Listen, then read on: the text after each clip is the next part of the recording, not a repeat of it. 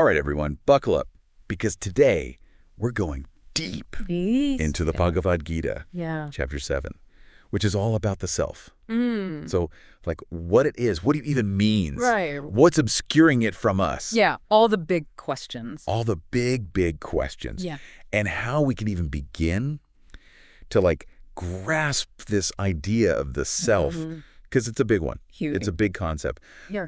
But even if you're not someone who, like, sits around reading ancient scriptures, this is relevant. This chapter, trust me, is amazing. It's full of, like, really practical wisdom that, like, you can apply to your life, like, right now, today. Totally. So just a little bit of context for anyone who maybe hasn't cracked open the Gita yet. It's structured as this dialogue between Arjuna, who's a warrior, and he's about to go into battle, and his charioteer, Krishna, who, spoiler alert, turns out to be an incarnation of the divine. Yeah. So imagine, like, getting life advice from the universe itself. Yeah, no pressure. Right? Talk about a guide. Talk about a guide. And so in chapter 7, it dives right into this idea of the two natures of the self. Okay. We've got this lower nature that's, like, really rooted in the material world. The physical world. Yes, exactly. Yeah.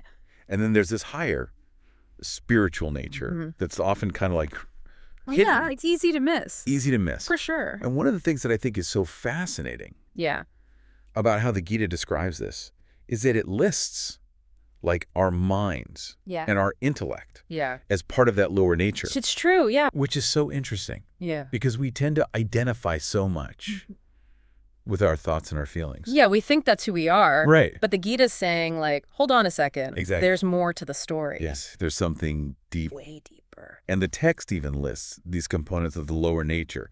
It's like earth, water, fire, air. The elements. The elements. Ether, mind, intellect, and ego. Wow.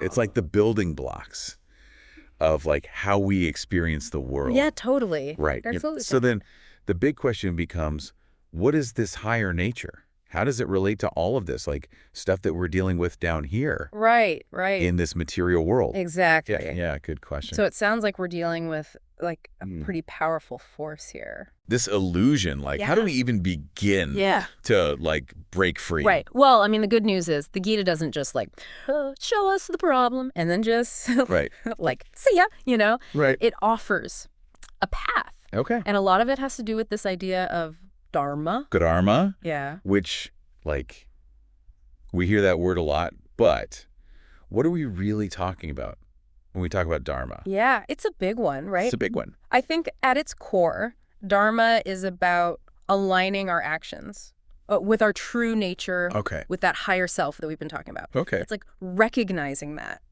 We each have this unique role to play in the grand scheme of things. Okay. And that true fulfillment doesn't come from, like, chasing external achievement, but from really living in accordance with our deepest sense of purpose. So it's not like there's, like, this rule book. That's like, here's what you do. Exactly. These are the rules. No cosmic rule book. Right. It's more about, like, this inner compass that we have to learn to listen to. So how do we do that? Right. Like, how do we even begin to, like, tap into that? It's a journey, right? Yeah. And the Gita talks about how the gunas that we were talking about earlier, they not only influence our perception, but they also influence our ability to recognize our own dharma. Okay. So are there things we can do to, like, I don't know, sort of clear those gunas out? Well, I think it's less about clearing them out and more about understanding them and how they're operating within us. Because, remember, they're not inherently good or bad. They're just, like, different qualities of energy. Okay. And so one of the things that the Gita suggests is that actions that stem from our true nature will always lead us towards greater clarity, compassion, connection. And they'll resonate with that deeper part of ourselves. So it's like, if it feels good.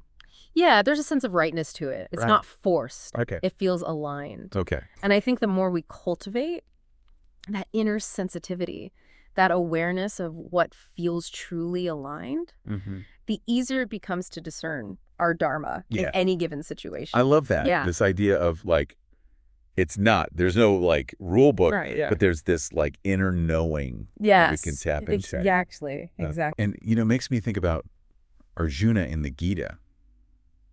He's facing this, like, really, really intense decision. Yeah, he's got a lot on his plate. Oh, my God. Like, talk about pressure. He's got to choose between, like, his duty as a warrior and his love for his family. Yeah, that's a tough one. And what's so interesting is that, like, Krishna, who is, like, the divine incarnate. Yeah, you think he would have the answers. Right. Straight up. But he doesn't just tell Arjuna what to do. Exactly. He guides him Yes. towards this, like, inner clarity Yes. so that Arjuna can act in accordance with his own dharma. His own truth. Yeah. Wow. Powerful stuff. It's amazing, right? This idea that by being selfless, it can have such a huge impact on how we see ourselves and how we see everything around us. Yeah, totally. It's like, we're not just, I don't know, cleaning our own lens, but we're like, helping everyone else see more clearly, too. It's like we're all connected, Right. What we do impacts the whole. Totally. As we're, like, going down this path of selfless action. Right. And living in alignment with our dharma, the Gita says something really cool starts to happen. Okay. Now I'm really intrigued. Right. What happens? Do we get like a halo or something? Not a halo, but the Gita talks about this really profound shift in consciousness. Okay. Where understanding and experience, like, merge. So it's not just about, like, reading about this stuff, but actually, like, living it. Living it. Exactly. It's called Jnana Vijnana Yoga, where those two come together. That's beautiful. It's like those moments where you're like, I get it. Like, not just in your head, but, like, in your whole being. Totally. It's like an embodied knowing.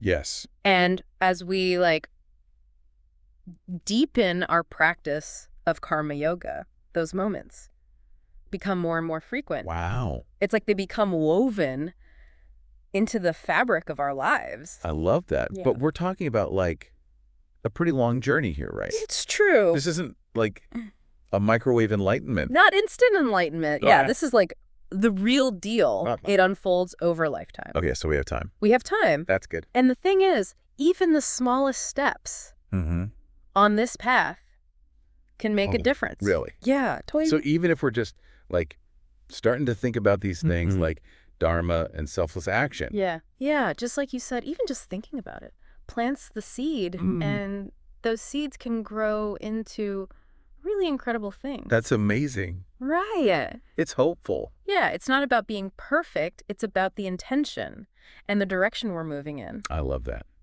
Well, this has been amazing. It's been a good one. I feel like we've covered so much. We've been deep.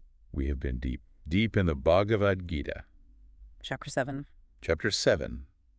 No less. Exploring the self-maya dharma. Selfless action. Yeah, it's been a journey. It's all connected, right? It is. It's all part of the tapestry. And I love how, like, the Gita gives us this guide to kind of, like, navigate all of this. Totally. It's like a roadmap, you know? It is. It's there for us. And it reminds us, like, that we can do this. We got this. We do. We have everything we need within us. Yes. I love that.